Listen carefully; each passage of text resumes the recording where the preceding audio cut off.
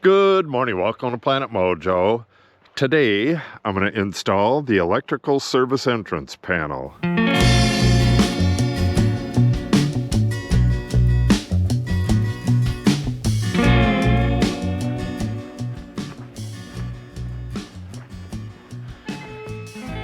May as well start right here.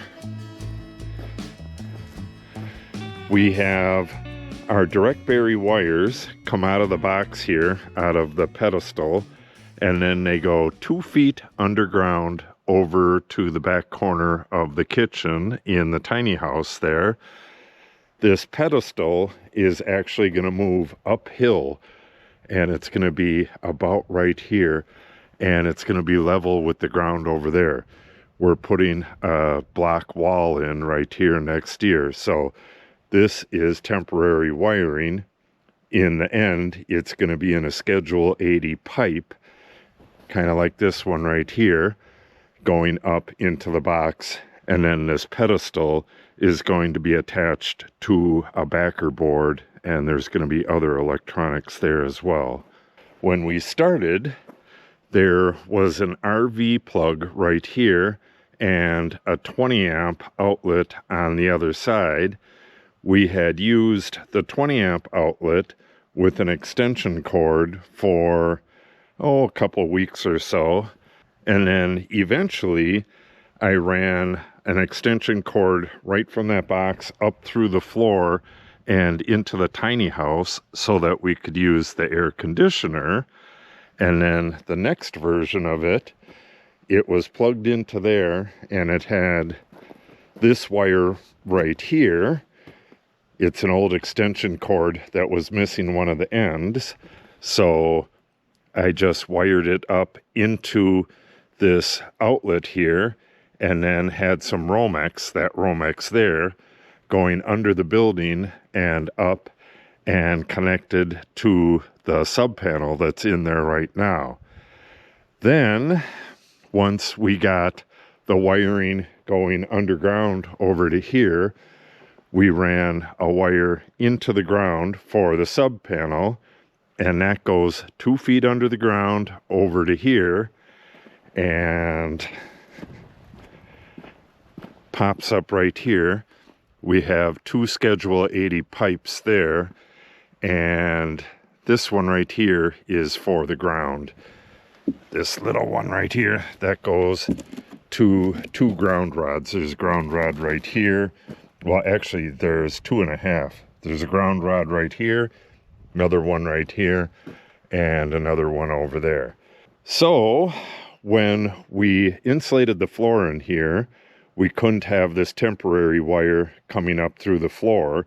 So what I did was run it over here, and now it goes up through the conduit and connects with the wire that goes down in the ground over to the sub panel.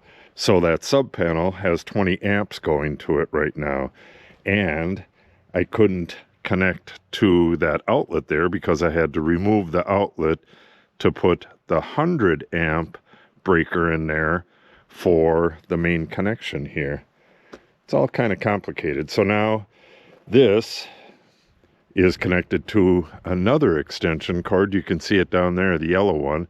I had it plugged in right here, right through the door, but now I have it plugged in way back there at that outdoor outlet back there. So the building is still running on 20 amps through an extension cord, and that actually goes through the building all the way around to the panel here and then back up to this box. It's going to be way more efficient once I get this done. So my wires go down, like I said, 2 feet underground. They're direct bury wires, and then up into the building here. What I got to do now is figure out where my service entrance box is going to go, and then we can start installing that. So here is the wire. It goes down, it goes into Schedule 80 pipe, goes down into the ground, and then runs across here underground and then comes back up. You can see the pipe right there. And what I got to do now, I have my wire coming in. Like I said, I ran it right through the conduit and connected it to this 6-gauge wire here. I got to disconnect that and then straighten out this wire and figure out where I can put my box, and then I'll reconnect it because that is giving us heat and light in here. So I'll reconnect it while I work on this. I got to put some blocking in here, some insulation, and then put a Schedule 80 pipe coming up, connect it to it, and connect all these wires. Okay, this project is taking way longer than it should have. I had to run to town twice. It's 2 days later. I had to run to town twice for stuff. I was missing the connection stuff for this. I was missing the ground bars. I got all that stuff now. That last clip cut off short. What I had to do was unhook all this stuff here. This is my temp wiring. That 12-gauge wire there goes down into the ground, and then it comes back up again, and it's connected to an extension cord and plugged into the building over there. Now I need to just cut that and abandon it, and this will go into the box. I won't have power for, well, probably a couple hours, so I need to get everything as ready as possible. I'm going to install the ground bars. I'm going to get my conduit hooked up, get everything ready. Oh, and I'm going to pre-attach the blocking to the back of this. The blocking is sitting right here. I'm going to screw it onto the back and put glue on it, and then when I slide this thing down over the wire, I'm just going to push it back and then clamp it in place. The glue will hold it. I'm going to put some screws in from the back. That's going to be an addition at some point, but right now I really don't want to penetrate the house wrap, so the glue will be plenty fine for now, and I'll probably put a couple screws through the side. Yeah, I'll definitely do that. It's got a couple little knockouts for that, so I'll screw it through the sides as well. Let's start getting some of this stuff pre-installed, and when I have everything ready to go, I'm going to shut off the power, cut that line, and then I'll be in the dark except for the skylights, and the heat's going to go off, so I better get everything done as quick as possible because I have to hook up the main power and this 6-gauge that goes over to the sub panel. All of that needs to be hooked up before I can turn everything on again. Okay, let's get going. We'll start with the ground bars, and then we'll get this conduit on.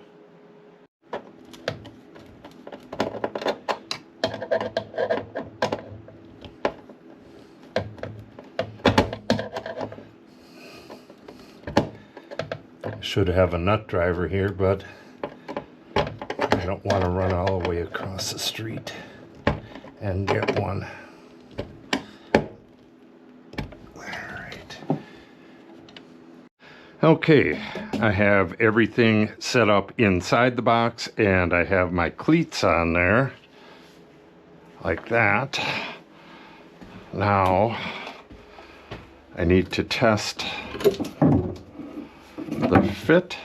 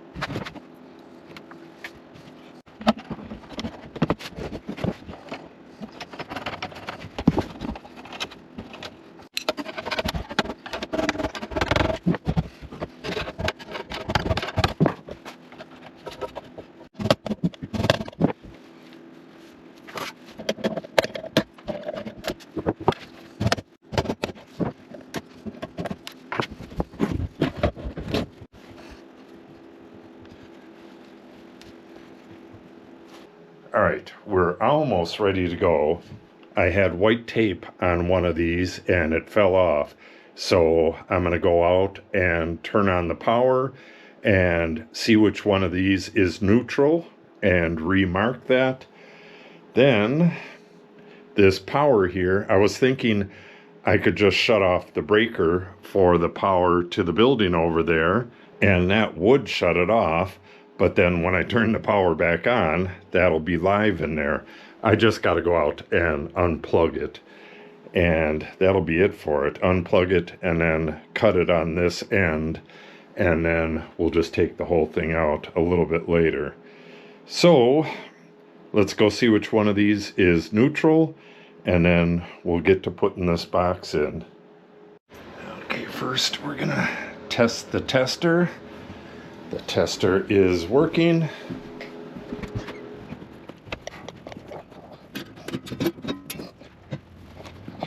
Nothing. Hot and hot. That center one is the neutral.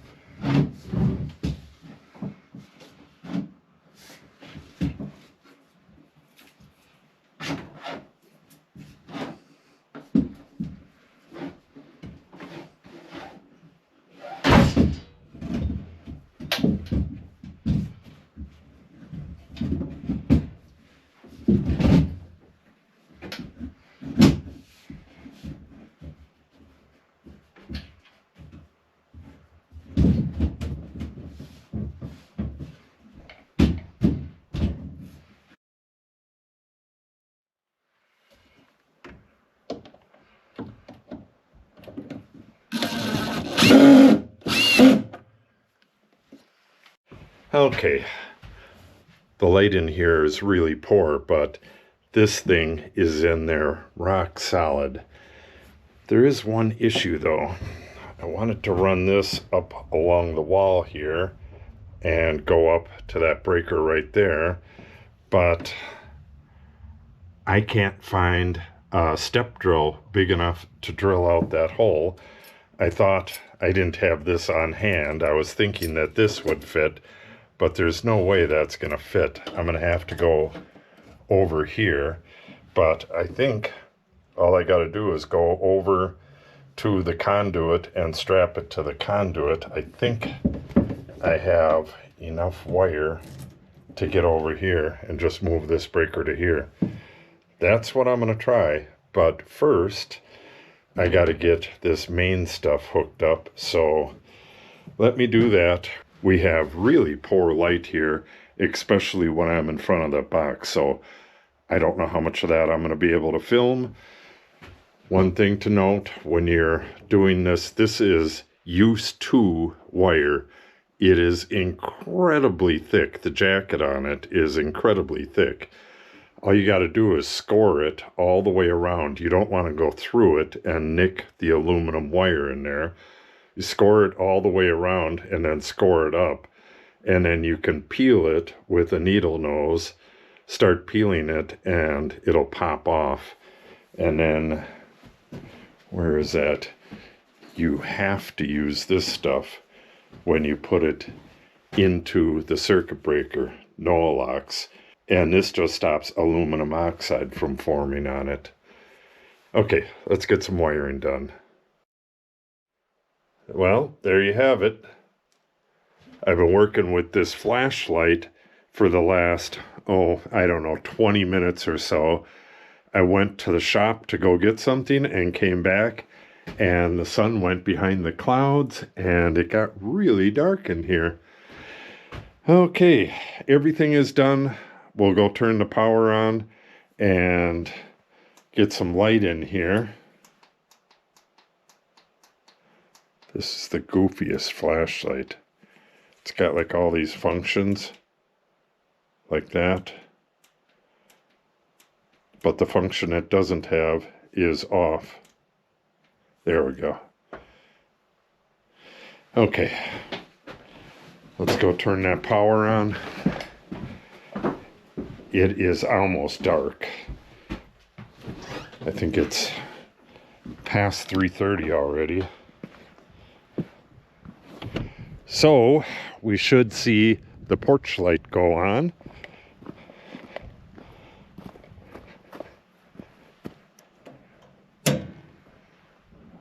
Bada bing, bada boom.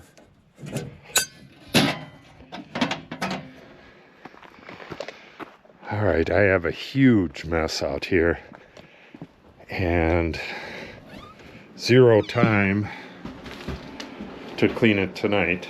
Got some heat on. Yeah, it was getting very cold out here as well. There we go. Now you can see the mess. All right. We'll take a quick look at this and then we'll just come back tomorrow. I got to get everything completely cleaned up. Then we're gonna insulate these walls, both sides, and get back to drywalling. Yep, she's all ready except for cutting off that foam.